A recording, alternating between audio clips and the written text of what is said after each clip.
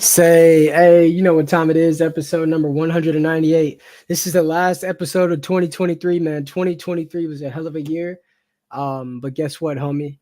It's only going to get worse, but at the same time, it's going to get better for us because we work hard even when we don't feel like it. So, with that being said, I'm going to pass the mic over to Kane, and then Kane is going to react to Andrew Tate's message about why he hates New Year's.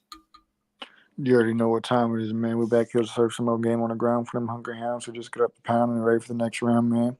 This is 1, 2, 3, 1, 2, 3, 12/23, 2023. It's crazy, man. This year's been crazy. It's been a lot of ups and downs. There's been a lot of eye-opening things that happen, man. But this season is coming to a close, and we finna see what is in store for next season, man. A lot of y'all be like, man, fuck New Year's, or I can't wait for New Year's. A lot of y'all be hating life, but when you look at life like a TV show, like Stranger Things type shit, with all the bullshit that's going on, it makes it a lot more interesting. So look at life with a different aspect, from a different aspect, and maybe you start to enjoy it more. So with that being said, make sure y'all grab your snacks, y'all drinks, y'all weed, whatever the fuck the case may be. We're gonna jump into this bitch. New Year's Eve. And I think the entire internet knows that I spent last New Year's Eve in jail listening to the Ketchup song from a speaker far in the distance at the end of the hallway in a room that looked very much like this. They busted my door on the 29th of December, went through all of my things. I was arrested for thought crimes, and they dragged me to a Romanian prison cell where I remained for 93 days. At the time, I had no idea how long I was going to be in there, but it was certainly a harrowing experience. And when I was in that cell on New Year's Eve, I remember thinking, ironically, about the conversations I had had with Tristan only a few days prior. Tristan and I were arguing about where we should spend New Year's Eve. Shall we go to Courchevel in France? Shall we do it in Dubai? What about London? What about Prague? That'll be boring. This will be boring. And we were talking about all these grandiose ideas, which for some reason wouldn't satisfy us. And we ended up staring at the wall in jail. And I sat. I had no clock, no timer. I only knew it was a new year because I heard the celebrations and fireworks in the distance from the outside free world. And it kind of made me think, isn't it interesting that everywhere on the planet there are jail men? Right now, wherever you are sitting, you can be in India, you can be in Kazakhstan, you can be in America, you can be in Brazil. Probably less than half an hour's drive away, there are men stuck in rooms, jail men. And you live your whole life going places, talking to people, experiencing different things, and the jail men just sit. And I was a jail man. And now here we are on New Year's Eve, and I felt like I should reflect and go back because I believe when something painful happens in your life, you should revisit it. I believe in picking at cuts. That's who I am. If something ever damages me, I want to do it again. Something ever hurts me, I want to revisit it over and over and over until the sting eventually subsides. So I decided to go back to one of the most. What do you think about that mentality? I think it could be a good thing, but also at the same time, under certain circumstances, I think it could be a bad thing. And the reason why is because as long as you have the discernment to know that certain things that are bad for you, that you definitely, like, literally should not be doing, and you know that don't not to do them again, that's good. But I mean, it can help you build more mental calluses and shit too. A lot of people, they go through a trauma and they have PTSD and all types of other shit from it, and they're quote unquote never the same again and shit. And some of it's real, but a lot of it can also be bullshit too. So it just depends on the type of mentality that you have and the type of discernment that you have to be able to withstand that type of shit. Depressing, if that's a thing, periods of my life, which was New Year's Eve inside that jail cell.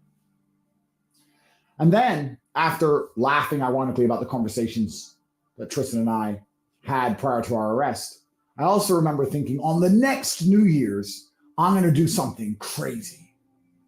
If I'm not still in jail, God, if you let me out of here, I swear on the next New Year's, I'm going to celebrate. Because I was never a big fan of New Year's. I never really liked it. Hence my discussions with Tristan. We were arguing about where to celebrate it We felt obligated, but we didn't really enjoy New Year's Eve. There's so much pressure to try and have fun.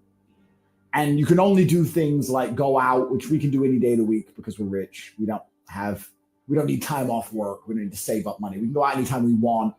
It's crowded. It's just annoying. And I said, I promise I'm going to appreciate New Year's Eve. I'm going to do fun things on New Year's Eve. I'm going to get in the spirit. I'm going to enjoy it. And then here we are one New Year's Eve later, and I actually realized that I don't want to do any of those things. I want to sit with my children and watch TV.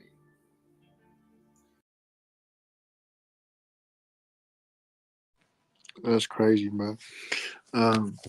He said get in the spirit of New Year's Eve. That's what a lot of people do. They get in the holiday spirit when they don't realize it. They're calling upon an actual spirit to get them in the mood to do some shit. But no, I think, hanging out with your kids and spending time with your kids and shit is more important than doing bullshit, getting drunk and going out to eat and all this other stupid shit, endangering other people's lives and endangering your own. So, I think he made the right decision, so to speak, by deciding to hang out with his family and his kids and shit. Because a lot of people, bro, they got kids, they got girls and kids and shit at the house, but they push them off to the side for certain things, and it's just like, damn, bro, like, how could you rather go out and get drunk than hang out with your family? You're literal clones. Like, come on, bro. So perhaps you learned some perspective, because even inside of jail only one short year ago, I thought when I was free, I would party hard on New Year's Eve. Not drink, because I don't drink, but party. Celebrate the idea of freedom. Be free. And instead, I'm sitting in the jail cell that we made to do a live stream, staying in my house, which is heavily guarded behind walls and guards, and sitting with my kids. So that's certainly an interesting observation that I've made about myself. You learn what's important, you learn what matters, and you learn what doesn't. So then you also have to think about this year. It's been a very interesting year for me. We were arrested. We spent 93 days in jail. We were released on house arrest. We had to spend another 5 months, a further 5 months locked within our house, unable to leave. Then we were released to travel around Bucharest for 3 months. And then we were released to travel around all of Romania. So at some point during this year, at every point during this year, we have been constrained at some level. We've been in some version of prison. And it's kind of interesting. My brother made a very astute, intelligent, quite profound observation.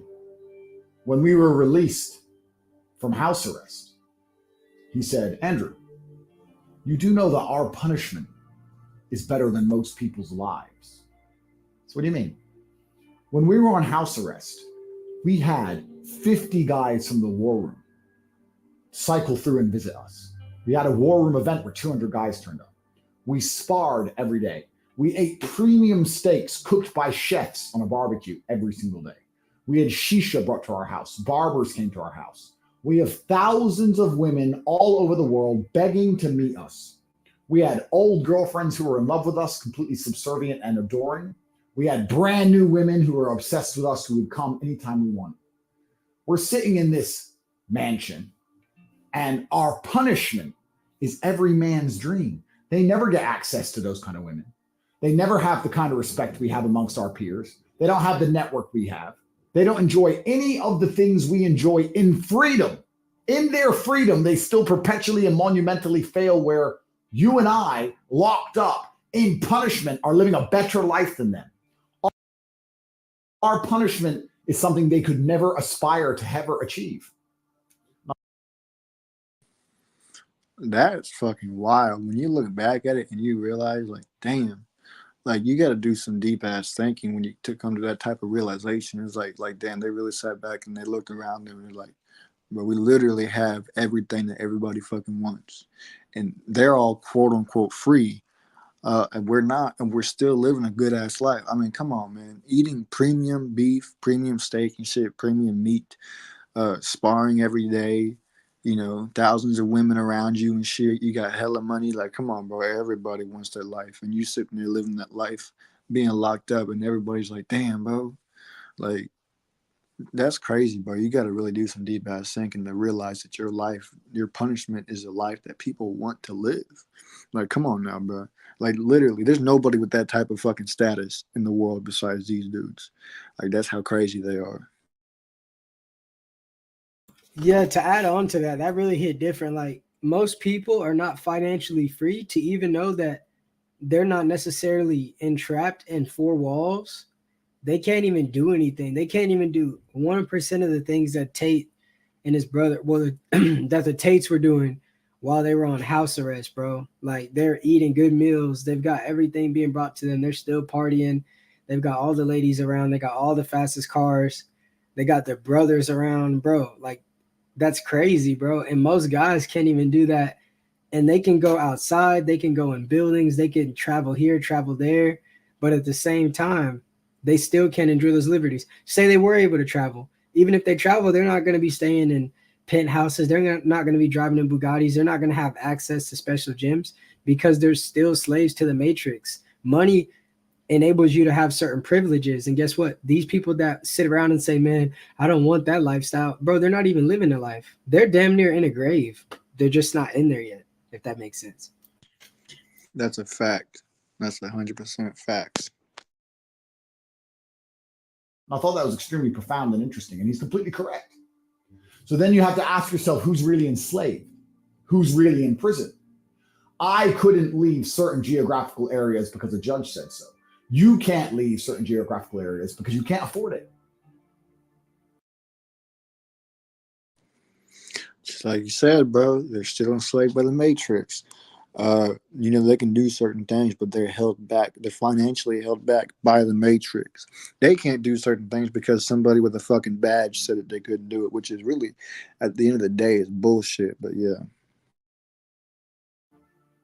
Once I am free, I'll be able to afford to go wherever I want.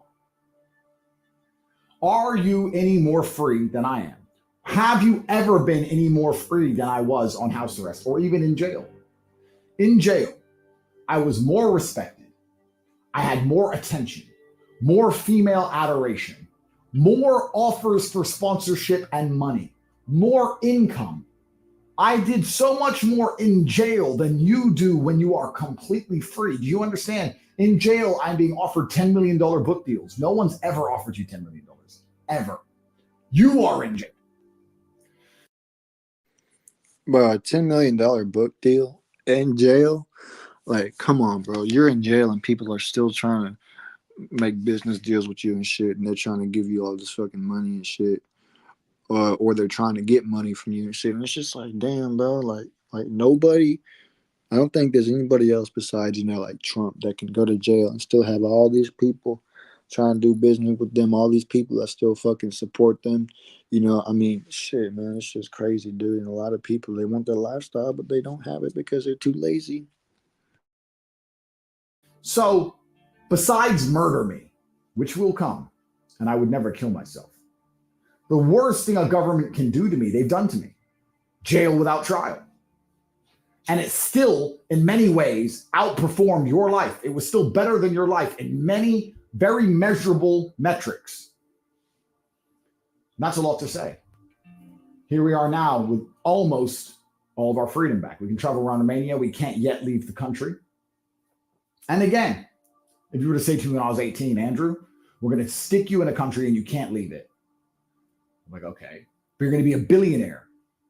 All right. You're going to be perfectly healthy and you're going to have a bunch of wives and a bunch of children and they're all healthy and everyone's happy. Okay. And you have 53 supercars. You live in a mansion and everyone on the planet is going to know your name and respect you and love you. All right. And you're going to be a 4-time kickboxing world champion who's retired, who lives with his best friends and his brother and wakes up and laughs all day, every day. But you have to stay in the country. I guess I'd be intelligent enough to say, well, which country is that? It's not Afghanistan, is it? Or Somalia. They'll say, no, it's Romania. You've got mountains, you've got beach, you've got beautiful roads to drive on, gorgeous women, nice weather, safe. I think at the age of 18, I would have taken that as a blessing. I think I would. That's facts, bro. Most 18-year-olds, they want to live that life, bro. They want to have all them females. They want to have all that money. They want to have all them cars and shit. They want to be famous like that. Um, but I don't think that they'd be mentally equipped to handle that shit at such a young age. That's why I think a lot of people, like fucking Aiden Ross and shit, when they get the kind of fame that they got at such a young age, it makes them weird. Like how that boy be acting fruity sometimes, or like Speed. The way they be acting fruity is because they got it at such a young age that they weren't mentally equipped to be able to handle it properly, like the Tates are. Would have signed up for that.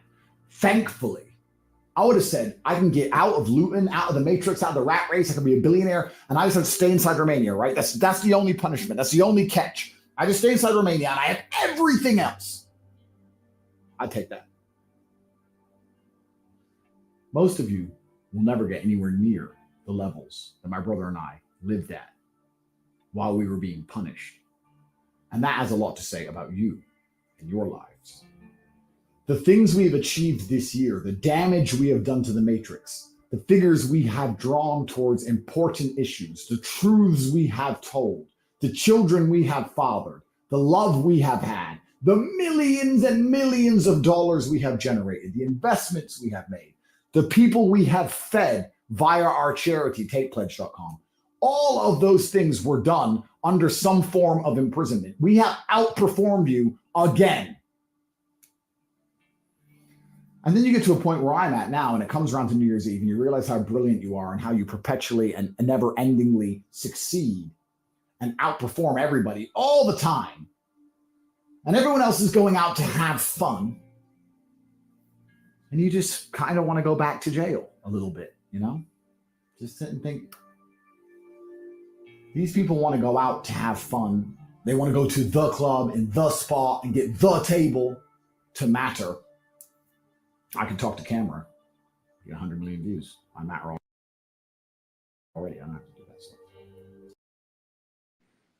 That's fucking crazy, bro. That was deep as hell. He said that even in jail, they did way more than anybody else could. They helped way more people. They made a much bigger fucking dent in the Matrix. And everybody wants to go out and have fun. Everybody wants to get that beer, get that fucking liquor, go to that club, get turned up, have a stripper dance on you, get a lap dance, bring a bitch home, whatever the case may be. And you've done all that shit. And you've seen that it leads to nowhere. That's crazy, bro, when you look at it like that. It's like, damn, like that's what I'm saying, bro. That man be doing some deep ass fucking thinking. He really does. Below me. I want to save the world. But I really hope, and truthfully, the reason I do these things is I believe that the Matrix can be destroyed via masculine imperatives. I believe that God has instilled within every man the things he needs naturally to prevent himself from becoming a slave. That's a fact, bro. I mean, even Scripture denounces slavery. Scripture doesn't like slavery, bro. And I know a lot of people try to use slavery against the Bible, but I mean that's facts, bro. Every man is made to be masculine for a reason. You don't see an alpha lion walking around strutting himself like he a female, throwing that ass up on other male lions. Like, nah, but you see an alpha lion, he providing for his pride, he looking out for his females, he leading them, he doing all that shit. And that's what you're supposed to do. A lot of people don't realize that men and creatures, the only thing that separates us is our intelligence. That's really is it, bro. The only thing that separates us is our intelligence, our IQ level, the way that we're smarter and are much better understanding than the animal has. Other than that, we have the same tendencies. We have the same instincts. It's just sometimes our intelligence works against us because people, they twist the human mind to make them think that they're a fucking tranny or some shit. Which is bravery, which is conquest, which is pride. And I say these things because I understand that the Matrix uses deception as a prerequisite to your enslavement. And they have convinced many of you at home that you are not failing. You have a normal life, a normal car, a normal wife, a normal house. Everything's fine, right? No, you have failed. You are not successful. You are not important. You are an idiot. You are a loser. You take the vaccine when they tell you to take the vaccine. You have to, or you lose your job. You have failed. All of you have. And the only reason I sit here on New Year's Eve and try and explain to you that even when I'm suffering the worst punishment a government can bestow upon me, I still have a better life than you, is to try and make you mad enough in your heart for you to say, shit, he's right. Because then you might do something about it. Once again, bro, the fact that you're in prison and living the life that men want, most men anyways, just goes to show you, bro, that when you work hard, you do what you're supposed to do, there's nothing that you can't achieve. But at the end of the day, like he said, he put one of the worst fucking punishment that a government could put on him, and he still was living life. He was still turned up and shit. But at the same time, remained humble enough to know how to navigate the situation. A lot of people, especially these days, they were in that situation of this generation. And, they was living large and shit and still turned up while they was under that type of punishment. They would have too much pride, and they would start saying stupid shit that they shouldn't be saying. And next thing you know, boom, just like that, they getting clapped by the Matrix. So yeah, man, like I said, you gotta have discernment. You gotta know how to navigate certain situations. And if enough of you do something about it, then we can win. So I genuinely wish the absolute best for all of you for New Year's. I hope none of you go to jail. I hope none of you suffer the things I have suffered. However, I have taken them all and used them as fuel to become more powerful than ever before. I'm a better version of myself. It's going to be harder and harder for you to beat me, not that you stood a chance in the first place. And I hope you build a life which is so brilliant and you become so monumentally competent and capable that you get to a point where even if they try to punish and damage you, you are still existing within a better human experience than the majority of peons and serfs who have subscribed to the Matrix programming outside in their limited and completely false freedom. Warning, warning, warning. You are not stupid. You are lazy, you're entitled, you're arrogant, but you're not actually stupid. I could take you from your little pathetic life and put you down in a chair and make you do the things you're supposed to do, and you could achieve. Last year, during these exact days, you did nothing. New Year's Eve came, you made yourself all these promises, and a week later, you were still a fuck up. Here we are 1 year later, you are still a nobody. The days when losers rest, winners are going to begin to work. You have absolutely nothing else to do. You may as well get a head start so 2024 allows you to live a life worth living so you don't stay a peasant and a peon any longer. That's crazy, bro. Like you said, he can sit you down and force you to do shit that you're supposed to do. But at the end of the day, he'd be forcing you. And guess what? When he's not there, guess what you're gonna do? Not a damn thing, because he's not there to quote unquote motivate you. He's not there to tell you what you're supposed to do. That's why a whole lot of people fail, because it's like why a whole lot of people don't go to the gym. Oh, I need somebody to go to the gym with me. I need a gym partner. I need this. I need that. I need energy to feed off of. Like, that's why you fucking failing, bro, because you're not doing what you're supposed to do by yourself. You're not taking the initiative. You need somebody to tell you what to do. You have a natural slave mentality because you need somebody to tell you what to do instead of taking the initiative and doing it yourself. That's 100% facts. And with that being said, we're going to wrap this episode up. Shout out to everybody that joined, man. You know what it is, man. We're going to keep doing what we do while y'all do absolutely nothing. 2024, we're going double time what we were, and maybe even possibly triple and quadruple.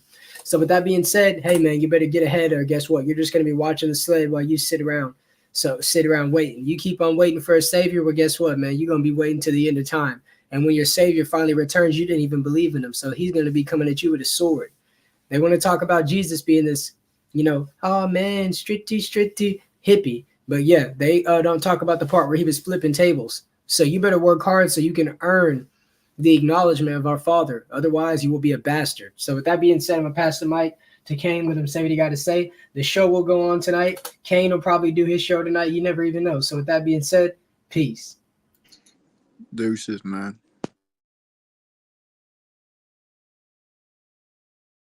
I will crack the matrix. I will destroy tech monopolies. That's who I am. It's too fucking late. You're fucked with the wrong guy. And by the way, for the record, I would never kill myself. Let's fucking go. Fuck you.